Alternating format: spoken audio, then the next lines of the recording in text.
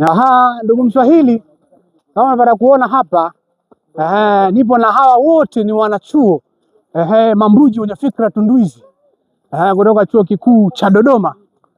Ndugu Mswahili, tumekuja hapa kukolwa mbawazi za Mwenyezi Mungu Mola Jalia, na tumekuja kujifunza yale ya upenuni yanawekwa hadharani. Yale yaliyofichwa yanakwenda kujulikana leo. Ndugu Mswahili, unasema Justin, unazungumza kitu gani? Mimi nakueleza namna vile.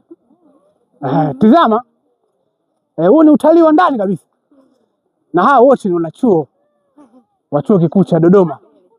Nasema Justin, unazungumza kitu gani? Tazama, watu wenye fikra mkululu hao, vijana ambao wanapashawa la moyo, wana maarubu ama wana nia njema kabisa ya kutaka kutondoa utondozi na kupiga makasia kwenye bahari iliyochafuka. Sema Justin, unazungumza kitu gani? Hizi ndugu Mswahili, hizi ndio jitihada za mtu kujenga nyumba kwa mate. Hizi ndio jitihada za mtu kujenga vingurima kwa mate.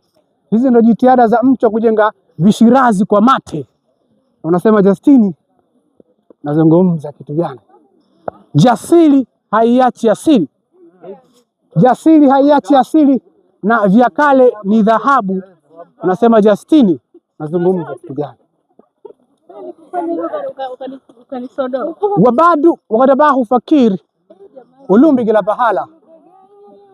Kiswahili kitukuzwe, ndiyo lugha ya Afrika. Kiswahili kitukuzwe, ndiyo lugha ya taifa. Unasema Justin, nazungumza kitu gani? Sisi tunaonyesha ubalagha, tunaonyesha ulumbi, ujasiri wa kuzungumza lugha ya Kiswahili kwa ufasaha kila pahala unapokuwepo. Unasema Justin, unazungumza kitu gani? Para kuona mazingira haya ya asili kabisa.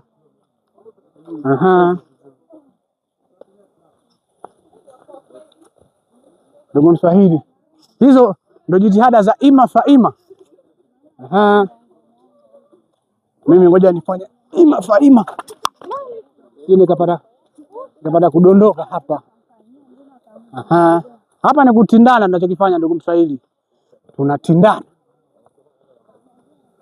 Madam, habari yako? Kwema kabisa. Na wewe umekuja kupata 1 na 2